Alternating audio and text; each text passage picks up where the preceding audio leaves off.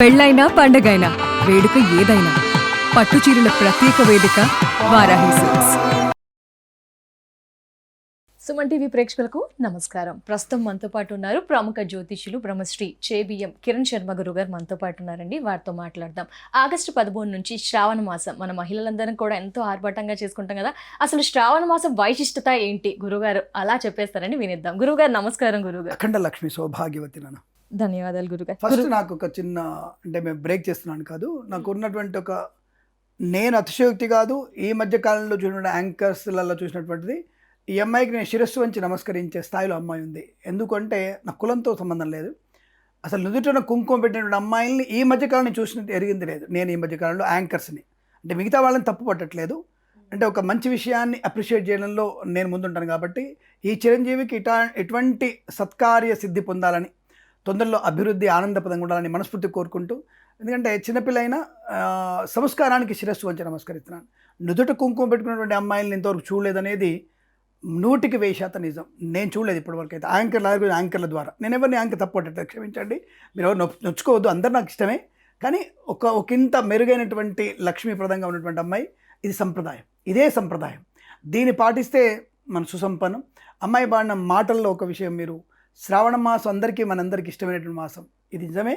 ఇది నేను స్త్రీ మాసంగా చెప్తాను అందరికీ, లక్ష్మీ మాసంగా నేను శ్రీ మాసంగా చెప్తాను అందరికీ, ఇదే చెప్తాను నేను ప్రతి ఒక్కళ్ళు కూడా. Thank you. ధన్యవాదాలు గురువు గారు. మీ అభినందనలు నాకు చాలా గర్వంగా ఉన్నాయి గురు. ధన్యవాదాలు గురుగారు. విషయానికి వస్తే గనక శ్రావణ మాసం అంటే మా వరకు కొంతగా వరలక్ష్మి వ్రతాలు హడావిడిగా ఆర్భాటంగా చేసుకోవడం ఇంతవరకే తెలుసు, ఇంకా సబ్జెక్ట్ డెప్త్గా తెలీదు. అసలు ఈ శ్రావణ మాసం వైశిష్టత అంటే మీరేం చెప్తారు? శాస్త్రాల ప్రకారం, పురాణాల ప్రకారం, ఆచారాలు ఏం చెప్తున్నాయి, ఎలా చేసుకోవాలి, ఏంటి గురువు గారు? ఇది ముఖ్యంగా పద్మపురాణంలో చెప్పినటువంటి విషయాలు చాలా ఉన్నాయి. పద్మపురాణంలో మీకు చాలా స్పష్టమైనటువంటి, అంటే మీకు సూత్రం కూడా చెప్తాను మీకు నేను, ఎందుకంటే ఏదైనా ఒక అథెంటికేషన్ అంటే ఎక్కడ ఉంది అనేటువంటి అథెంటికేషన్ మనకు కావాలి. కాబట్టి నేను కూడా మీరు వచ్చేసరికి మీరు అడిగిన ప్రశ్నల్ని కొద్దిగా నేను నోట్ చేసి పెట్టుకున్నాను. ఈ అథెంటికేషన్ మనకి ఎలా ఉపయోగపడుతుంది, మనము దీన్ని ఎలా మనం ఫాలో అవుతారు, ఎందుకు ఫాలో అవ్వాలి, అసలు పురాణంలో చెప్పినటువంటి విషయాలు ఉన్నాయా, దీన్ని ఫాలో అవడానికి మనకు అవకాశం ఉందా అనేటువంటి విషయంలోకి వెళ్తే తప్పకుండా మీకు కొన్ని విషయాలు నేను చెప్పే ప్రయత్నం చేస్తాను. ఎందుకు అంటే ముఖ్యంగా శ్రావణ మాసంలో వచ్చేటువంటి ప్రతి శుక్రవారానికి ఎంత విలువ ఉందో ప్రతిరోజుకు విలువ ఉంది. ప్రతిరోజుకి పాడ్యమి నుంచి పౌర్ణమికి, పౌర్ణమి నుంచి అమావాస్యకి ప్రతిరోజుకు ఒక ప్రత్యేక విలువ ఉంది. అటువంటి విశిష్టమైనటువంటిది ఈ యొక్క శ్రావణ మాసం. దీని చెప్పినది శ్రావణ మాసే యోమర్త్య స్నాత్వా సంపూజయేద్దిరం నాప్నోతి దుఃఖం సర్వత్ర విష్ణులోకం సగచ్చతి. ప్రతిరోజు కూడా మీరు చేసేటువంటి విష్ణునామస్మరణ, తులసి దళంతో విష్ణువుని అర్చన చేయడం, బిల్వదళంతో శివుణ్ణి ఒక అర్చన చేయడం వల్ల అసలు పూర్వజన్మలో ఉన్నటువంటి ప్రతి పాపం కూడా నశింపజేసే శక్తి శ్రావణ మాసానికి ఉంది. త్రిమూర్త్యాత్మికమైనది అంటే మహాకాళి, మహాలక్ష్మి, మహాసరస్వతి, ఇలా ప్లస్ బ్రహ్మ విష్ణు మహేశ్వరులకి, ఈ ముగ్గురికి దంపతులకి అత్యంత ప్రీతిప్రాత్రమైనటువంటి మాసం శ్రావణ మాసంగా పద్మపురాణాలు స్పష్టంగా చెప్పబడింది. అందుకని విశేషంగా మీరు శ్రావణ మాసే యోమర్త్య స్నాత్వా సంపూజయేద్దినం అంటే సృష్టిఖండం అని ఒకటి ఉంది. సృష్టిఖండం అనేటువంటి పద్మపురాణంలో చెప్పబడింది. ఏ రోజైతే మీరు తలంటు స్నానం చేసి, యాక్చువల్గా ఆడవాళ్ళు శుక్రవారం రోజున మనం తలంటు స్నానం చేయకూడదు, ఆడవాళ్ళు అసలు చేయకూడదు, మగవాళ్ళు చేయకూడదు. కానీ ఈ వరలక్ష్మి వ్రతం రోజు శ్రావణ మాసంలో ప్రతి శుక్రవారం మీరు తప్పకుండా తలంటు పోసుకోవాలి. ఇక్కడ పోసుకోవడం వల్ల లక్ష్మీప్రదంగా చెప్పబడింది, అంటే లక్ష్మి ఆవహించబడుతుంది, అంటే లక్ష్మి స్థిరంగా ఉంటుంది చెప్పింది. అలాగే సోమవారం రోజున ఈశ్వరాదిత్య, ఈశ్వరుని పూజన వల్ల అనుకూలత. అలాగే మంగళవారం రోజున సుబ్రహ్మణ్య స్వామిని ఆరాధన చేయాలి, అంటే ఇటు శివ పరివారాన్ని ఇటు విష్ణు పరివారాన్ని కూడా పూజించగలిగేటువంటి అత్యుత్తమమైనటువంటి మాసంగా ఈ మాసం చెప్పబడుతోంది. అందుకనే ఈ మాసానికి విశిష్టత. అందులో ఈ మాసంలో వచ్చేటువంటి ద్వాదశి మరియు పౌర్ణమి రోజున బ్రహ్మగారిని పూజించాలి. మనం ఎక్కడ కూడా బ్రహ్మగారిని పూజించే అవకాశం తక్కువ. ఇక్కడ మనకి ద్వాదశి రోజున, మనకి పౌర్ణమి రోజున బ్రహ్మ సరస్వతిని పూజించిన వారికి అద్భుతమైనటువంటి విద్యా సంపన్నత, జ్ఞానయోగం బాగా ఏర్పడుతుందని విషయం చెప్పబడింది. అందుకనే ప్రతిరోజు కూడా పాడ్యమి రోజు మీరు తెల్లని పూలతో అమ్మవారిని పూజించాలి, విధియ రోజున ఎర్రని పూలతో శివుని పూజించాలి, తదియ రోజున విష్ణుమూర్తిని మందార పూలతో పూజ చేయాలి, చవితి రోజున గణపతిని గరికతో పూజ చేయాలి. ఇలా ఈ శ్రావణ మాసం మొత్తం కూడా ఈ విష్ణు శివ పరివారాలను ఎంత మనం శ్రద్ధగా పూజించి, సరస్వతీ పరివారాన్ని ఎంతగా మనం పూజించగలిగితే అద్భుతమైనటువంటి ఆనంద యోగం బాగా పెరుగుతుంది. దీనిని మీరు పద్మపురాణం ప్రకారం చెప్పారు, ఏదో మన పురాణాలు చెప్పాయి సరే. దానికి కొంతమంది యాష్టికులు ఉంటారు, నేను వాళ్ళని యాష్టికులు అంటాను నేను, but I never call them people are నాస్తికులు because of in Indian culture they nobody the నాస్తిక, దే ఎవ్రీబడి ఆస్తికులే ఉన్నారు. దీంట్లో ఆస్తికులు కాని వాళ్ళు నేను యాస్తికులు అంటాను నేను. So I will but I different word I can use that because I never feel about that the people are దాని గురించి నెగిటివ్గా మాట్లాడతారు అనేటువంటి చెప్పాను. కొందరు అనుకోవచ్చు ఎందుకు ఇంగ్లీష్లో చెప్తున్నారు, ఎందుకంటే some people want to understand what the using the word యాస్టికులు, ఏసెచ్ స్టికులు. I think you are remind that word. ఆ వర్డ్కి మీనింగ్ ఉంది, తెలుసుకుంటే మీరు కామెంట్ చేయండి, తప్పకుండా బాగా ఉంటుంది. రైట్, అటువంటి ఆస్తికుల గురించి నేను ఎక్కువగా చెప్పడానికి ప్రయత్నం చేస్తాను. కాబట్టి మన భారతదేశం అందరూ నాస్తికులే, భగవంతుని యొక్క కృపతో ఉన్నటువంటి వాళ్ళే, చతుర్ముఖ బ్రహ్మగారి ద్వారా అందరం, ప్రజాపతి ద్వారా అందరం పుట్టిన వాళ్ళమే. రెండవది, ఈవెన్ దో ఇప్పుడున్నటువంటి మీకున్న మీ జంజీలకి యువతరానికి ఉన్నటువంటి ChatGPT కానివ్వండి, ఆర్టిఫిషియల్ ఇంటెలిజెన్స్ యూజ్ చేస్తే విచ్ ఇస్ ద సనాధర్మం, which is the oldest dharma అని కొడితే మీకు ఆటోమేటిక్ వచ్చేస్తుంది. సో 11,000 నుంచి 13,000 సంవత్సరాలకి క్రితమే ఉన్నటువంటిది సనాతన ధర్మం మాత్రమే, ఇంకొక ధర్మం లేదు.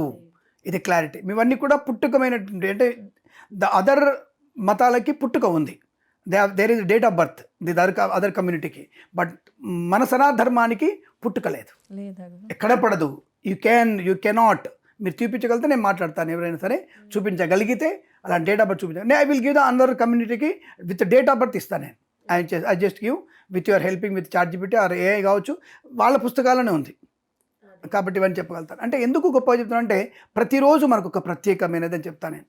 ఇక్కడ సైకలాజికల్, సరే మన ధర్మాన్ని పక్కన పెట్టేసి మనం శాస్త్ర ప్రకారంగా సైంటిఫిక్గా ఎందుకు శ్రావణ మాసాలు ఈ పూజలు వచ్చాయి, ఎందుకు పూజలు చేసుకోవాలి, చాలామందికి డౌట్. మన సైన్స్ ప్రకారంగా మనం తెలుసుకున్నట్టయితే ఈ వర్ష ప్రభావ పరిస్థితులు మనకి, అంటే ఎండాకాలంలోంచి వర్షకాలంలో వచ్చాం. ఈ వర్షకాలంలో ప్రారంభంలో అంటే ఒక మంత్ అయిపోయి రెండో మంత్లో ఉన్నాం మనం, అంటే ఆషాఢ మాసం. మీకు తెలుసో తెలియదో ఇది గ్రీష్మ ఋతువు, ఇంకా ఆషాఢ మాసం కూడా గ్రీష్మ ఋతువులో ఉంటుంది. ఈ వర్ష ఋతువు ఎప్పుడు వస్తుంది, శ్రావణ మాస ప్రారంభమే వర్ష ఋతువు స్టార్ట్, అంటే వర్షాకాలం. అంటే ఈ చెత్త చెదారం అంతా కూడా కొట్టుకుపోయి ఇప్పుడు ప్యూరిఫై వాటర్ వచ్చేస్తుంది, అంటే నీళ్ళల్లో ప్యూరిటీ వాటర్ వచ్చేస్తుంది, అంటే మినరల్స్ ప్యూరిటీ కూడా మినరల్స్, అంటే డైరెక్ట్గా నదిలో వెళ్ళి గ్లాసులో నీళ్ళు పట్టుకొని తాగేయచ్చు, అలా ఉంటుంది. కానీ జూన్ జూలైలో వచ్చే నీళ్లు మురుగుతో చెత్తతో చెదారంతో వచ్చేటువంటి అది ఉంటుంది. ఇటువంటి నీరు కొన్ని ప్రాంతాల్లో నిల్వ ఉండి అనారోగ్యాన్ని కలిగిస్తుంది. దీనివల్ల ఒకటి వర్షభావ పరిస్థితుల్లో మనిషికి లోపల కుచించుకుపోయి, అంటే శరీరంలో కొన్ని భాగాలు కుచించుకుపోతాయి, అంటే దగ్గరికి అవుతాయి. లైక్ జఠరాగ్ని, వినికిడి, ఇవన్నీ కూడా జోలల్లో గుయ్యి అని సౌండ్ వస్తుంటుంది. ఒక్కోసారి మనకి ఇలాంటివన్నీ జఠరాగ్ని కూడా దగ్గరికి అవుతుంది. దానివల్ల ఏమవుతుంది అంటే అరుగుదల తగ్గుతుంది, మనిషికి తప్పకుండా అరుగుదల తగ్గేటువంటి సమయం. కాబట్టి ఏం చేస్తారు, ఈ టైంలో వచ్చేసి 4 ముక్కలు బిగుదాం, 4 గొర్రెలు వేద్దాం, 4 మేకలు వేసేద్దాం, 4 కోళ్ళని నలిపేద్దాం అనుకుంటే కుదరదు. అది వేయడం వల్ల ఏమిటంటే అది అరగనివ్వదు, అంటే బాడీలో వచ్చేటువంటి కొన్ని పదార్థాలని తొందరగా జీర్ణక్రియ తీసుకోలేదు. కాబట్టి ఇక్కడి నుంచి స్టార్ట్ చేస్తారు. అంటే ఇప్పుడు దక్షిణాయనంలో ఇక్కడి నుంచి ఉపవాస నక్త ప్రక్రియ ప్రారంభం చేస్తే జఠరాగ్ని బాగుపడుతుంది. వచ్చేటువంటి అంటే ఎప్పుడు శుక్రవారాలు, ఏకాదశులు ఇది పాటిస్తూ నెక్స్ట్ మంత్లో భాద్రపద మాసంలో శ్రావణ మాసం, ఇప్పుడు భాద్రపద మాసంలో వినాయక చవితి, ఆ 15 రోజులు, ఆ 11 రోజులు ఉపవాసం ఉండడం, నక్తంగా ఉండడం, ఆ తర్వాత వచ్చి అమ్మవారి నవరాత్రులు. ఈ 3 మాసాల్లో మన కడుపుని ఎంత తక్కువగా తింటామో, ఎంత శాకాహారం తింటామో, ఎంత ఆకుకూరలు తింటామో, ఈ మనకి అక్టోబర్ తర్వాత నవంబర్లో, అంటే దీపావళి నుంచి మనం మీరు అనుకున్నటువంటి ఎంజాయ్మెంట్ ఏదైతే నాన్ వెజ్ ఉందో ఎంజాయ్గా తినడానికి అవకాశం ఉంటుంది, అరగడానికి అవకాశం ఉంటుంది. ఈ 3 కాలాలు మనకి 3 మాసాలు కూడా ఆరోగ్యవంతమైన లక్షణం కోసం ఉపవాసం అయిపోయారు. మగవాళ్ళు ఉపవాసం ఉండడం వేరు, చేసేవాళ్ళు ఉపవాసం ఉండకపోతే, ఇంట్లో వండేవాళ్ళు ఉపవాసం ఉన్నాం అనుకో, అడగడుగా ఇంట్లో వాళ్ళ వరలక్ష్మితో ఉపవాసం అనగానే ఓ అమ్మని అడిగితే కొడుతుంది, లేకపోతే వదిన అడిగితే కొడుతుంది, అక్కడ అడిగితే కొడుతుంది, కాబట్టి నక్తం, సో నో నాన్ వెజ్. ఇది ఆడవాళ్ళే నక్తంగా ఉన్నప్పుడు ప్రతి ఇంట్లో నాన్ వెజ్, ప్రతి శుక్రవారం పూజలు ఉంటాయిగా, ఈ ఇంట్లో ఒక పూజ, ఆ అక్క ఇంట్లో ఇంకో వరలక్ష్మి వ్రతం, మరి తెల్లవారుగా మంగళవారం వ్రతాలు, ఇలా ప్రతిరోజు వ్రతం వచ్చేసరికి తర్వాత మధ్యలో ఏకాదశులు, మధ్యలో మహాశివరాత్రులు, తర్వాత సోమవారాలు, శ్రావణ సోమవారాలు, ఇంకా ఎప్పుడు తింటాడు వాడు? ఉన్న మంగళవారంలో పుట్ట తిరిగిపోతారు, పాలు పోతారు, అయిపోయింది. ఈ 26 రోజులు అయిపోయేసరికి ఇంక మిగిలిన 4 రోజులే కదా, ఇంకా పోన్లే. నెక్స్ట్ వచ్చేది మళ్ళీ భాద్రపద మాసం, చెవితి పండుగ వచ్చే మళ్ళీ అన్ని తెంపుకు రావాలి, ఇల్లు కడుక్కోవాలి, శుభ్రం చేయాలి, వినాయకుడిని తయారు చేసుకోవాలి, మళ్ళీ 15 రోజులు అయిపోయింది. తర్వాత పితృపక్షాలు, పెద్దల బియ్యం పెట్టేది వద్దు, నాన్ వెజ్ ఉండొద్దు. అంటే ఈ రకమైనటువంటి మన ఆరోగ్య పరిరక్షణకి సైంటిఫిక్గా ఉన్నటువంటి ఒక పర్ఫెక్ట్గా ఇన్ఫర్మేషన్ అది. ఇక్కడ సైకలాజికల్ ఏంటి, మనిషి సైకలాజికల్ సైన్స్ చెప్పాం, ధర్మం చెప్పాం, వాటి సైకాలజీ అంటే మనిషికి ఎప్పుడైతే కఠినమైనటువంటి పదార్థం తింటాడో వాటికి జఠరాగ్ని అంటే మెదడులో పనిచేయదు, మెదడు సరిగ్గా చురుకుగా పనిచేసే అవకాశం ఉండదు. దానివల్ల సైకికమైనటువంటి ప్రాబ్లమ్స్ ఎక్కువ ఏర్పడతాయి. ఎప్పుడైతే శాకాహార పదార్థం వల్ల మనసు శరీరము తేలిక అవుతుంది, దానివల్ల బుద్ధి వికాసం బాగా పనిచేస్తుంది. ఎప్పుడైతే మనిషికి ఎక్కువ ప్రాణాయామం, ఇప్పుడు నాన్ వెజ్లో ఆక్సిజన్ లెవెల్ తక్కువ, వెజ్లో ఆక్సిజన్ లెవెల్స్ ఎక్కువ. ఈ ఆక్సిజన్ లెవెల్స్ ఎక్కువ యూజ్ చేసినప్పుడు మనిషికి మెదడుకు కూడా ఆక్సిజన్ బాగా వెళ్తుంది, ఆలోచన శక్తి పెరుగుతుంది. సైకలాజికల్గా ఒక మనిషి తేలికగా ప్రశాంతంగా ఉన్నప్పుడు వాడు ఏ పనైనా ఈజీగా చేయగలుగుతాడు, ఎదుటి వ్యక్తిని గౌరవించే తత్వం ఏర్పడుతుంది. కాబట్టి సైకలాజికల్గా కూడా ఇది ఆహార నియమాలు, సైంటిఫిక్గా ఆహార నియమాలు, ధర్మశాస్త్రబద్ధంగా పుణ్యాన్ని పెంచుకునే ప్రయత్నం. ఆ పుణ్యంలో మీరు తెలుసో తెలియదో ఒకరింటి వెళ్ళగానే అక్క బాగున్నావా, అన్న బాగున్నావా, వదిన బాగున్నావా, బాబాయ్ ఇలా ఉన్నాయి. ఇప్పుడున్నటువంటి చెత్త అంకుల్, డబ్బు అంకుల్, ఇస్త్రీ అంకుల్, పంతుల అంకుల్, ఈ అంకుల్ లేవు ఇప్పుడు. ఈ దరిద్రపు అంకులంతా కూడా ఈ జంజీలు పుట్టిన దరిద్రపు అలవాట్లు మనం ఆడోళ్ళు తెలుసుకొని తెలియక చేసుకొని అంకుల్ని పిలుపు అని చెప్పి పెంకులు అన్నారు తప్ప, ఇంతకుముందు హాయిగా మామయ్య, పెదనాన్న, బాబాయ్ అని పిలుచుకునేవాళ్ళు తప్ప ఇటువంటి గౌరవ సూచకమైనటువంటి సంప్రదాయబద్ధమైన పిలుపులే ఈ శ్రావణ మాసానికి కారకుడు. ఈ శ్రావణ మాసంలో వచ్చినటువంటి, ఇప్పుడు మీరు ఒక ఇంటికి వెళ్తారు, అక్క అనగా నా మొగుడు మీకు సొంతబావు కాదుగా, కానీ అక్కడ వెళ్తాడు అక్క బాగున్నారా, ఆయన బాగుంటాడు అన్నయ్య బాగున్నారా, అక్క మొగుడు అన్నయ్య అంటావా, కానీ అక్కడ మనం అన్నయ్య బాగున్నారా అంటే ఆ వరుస అనేది ఒక ఆత్మీయతని, అరే నా చెల్లె వచ్చింది, మా అక్క వచ్చింది, మా వదిన వచ్చింది, ఈ ఫీలింగ్ అనేది ఒకళ్ళొకరికి కలుపుకునే తత్వం ఉంది. ఈ భాగ్యనగరంలో శనగలు తీసుకెళ్ళి ఇస్తా అంటే, శనగల అమ్మో శనగలు మేము ముట్టుకోం, రేగుపళ్ళు ముట్టుకోం, దానమా పుస్తల అవ్యా, ఈ రకమైనటువంటి అల్పమైన కాళ్ళ పసుపు పెట్టుకోమంటే బొడ్రన బెళ్ళు పెట్టుకుంటే దౌర్భాగ్యతకి వచ్చేసాం మనం. కాళ్ళ నిండా మెడమల కింది వైపు వెనక వైపు నుంచి మొత్తం కూడా వేళ్ళ నిండగా పసుపు పెట్టుకుంటే లక్ష్మీప్రదం. ఆ పాదాలకి లక్ష్మీ పాదాలు అర్థం, సగం సగం పెట్టుకున్న పాదాలకి దరిద్ర పాదాలు అర్థం. దరిద్ర పాదాలు ఏమంటారంటే బొటన వేళ్లకు మాత్రమే పసుపు పెట్టుకున్నటువంటి దరిద్రపు వ్యక్తుల్ని దరిద్ర పాదాలు అంటారు. ఇక మీ ఇష్టం, మరి దరిద్ర పాదాలతో ఉంటారా, నిండుగా పారాన్ని పెట్టుకొని ఇంకా పసుపు పెట్టుకొని పారాన్ని పెట్టుకుంటే సాక్షాత్తుగా లక్ష్మీదేవే. మీరు ఇవి విషయాలు నేనేమి నా నోటికొచ్చిన వాగట్లే, ధర్మశాస్త్రంలో ఉన్న విషయం చెప్తాను. ఇది పద్మపురాణంలో తప్పకుండా ఉన్నటువంటి విషయమే. పారాణి కూడా చెప్పింది, అక్కడ చెప్పబడింది పారాణి పెట్టుకోవాల్సిందే. పారాణి పెట్టుకొని మీరు మధ్యలో గీతలు పెట్టి చుక్కలు పెట్టుకోవాలి. పెళ్లి కూతురు పెడతారు కదా, ఆ చుక్కలు పెట్టుకోవాలి. దానికే అద్భుతమైనటువంటి నరదృష్టి పోయేటువంటి యోగం దానికి ఉంది. ఇంత విశిష్టమైనది శ్రావణ మాస పండగ విశేషం. ఆరోగ్యానికి, ఆధ్యాత్మికతకి, పుణ్యప్రాప్తికి, అనుబంధాలకి ప్రతీతిగా చెప్పబడేటువంటి ఆ శ్రావణమాస శుక్రవారాలు, శ్రావణమాస మంగళవారాలు, శ్రావణమాస సోమవారాలు, అలాగే శ్రావణ 30 తిథులు కూడా మీకు విశేషమైనటువంటి యోగాన్ని కలిగిస్తాయి. ఏ ఒక్కరోజు మిస్ చేయకండి. ఏం చేయాలి స్వామి, ఏం చేయగలి, ఏం చేతగాలేదు మీకు, పర్లేదు కూర్చొని కాస్త 3 సార్లు నీళ్ళు తాగి నమో భగవతే వాసుదేవాయ చాలు. అమ్మవారి పేరు వచ్చింది, శ్రీమాత్రే నమః. లలితాపారాయణ వచ్చింది, 30 రోజులు లలితాపారాయణ చేయండి. లేదు లక్ష్మీ అష్టోత్తరం చదవండి, శివాష్టోత్తరం చదవండి. ఈ 30 రోజులు చేయండి, సమస్త దేవతల అనుగ్రహం మీకు ఉంటుంది. తప్పకుండా ఇటువంటివి చేయడం వల్లనే తప్ప దీనికే ఆధ్యాత్మిక శోభ, ఆధ్యాత్మిక శ్రావణ మాసం. నేను చెప్పేది ఇది స్త్రీ మాసం అంటాను, అంటే లక్ష్మీ స్త్రీ మాసం అంటాను దీన్ని. ఆడపిల్లందరూ కూడా సుసంపన్నమైనటువంటి యోగాన్ని కలిగించేది. ఇక్కడ కొంతమందికి ఒక ధర్మ సందేహం, మన దాంట్లో అడిగే ఉంటారని కూడా సందేహం. చాలామందికి వితంతువులు ఉంటారు, వాళ్ళు వరలక్ష్మి వ్రతం చేసుకోవచ్చని అంటుంటారు. వాళ్ళు వరలక్ష్మి వ్రతం చేసుకోవచ్చు, దానికి ఎటువంటి ఇబ్బంది లేదు.